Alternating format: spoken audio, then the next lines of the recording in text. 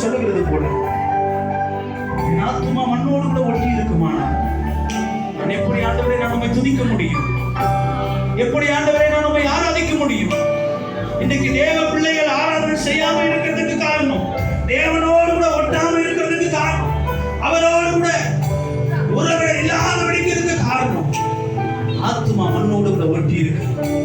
அந்த ஆத்மாவை மண்ணோடு கூட ஒட்டி இராம நம்முடைய ஆத்மா அவரையே சார்ந்து இருக்குமானால், அவருடைய ஆவியோடு கூட ஒட்டி இருக்குமானால், தேவன் விரும்புகிற மனவாட்டியாய், தேவன் விரும்புகிற சபையாய், தேவன் விரும்புகிற பிள்ளையாய் உருவாக்கப்பட்டு உருமாற்றப்பட்ட மறுரூபமாக்கப்பட்ட தேவ சேனையாய், தேவ பிள்ளையாய் நீ காணப்படுவாய்.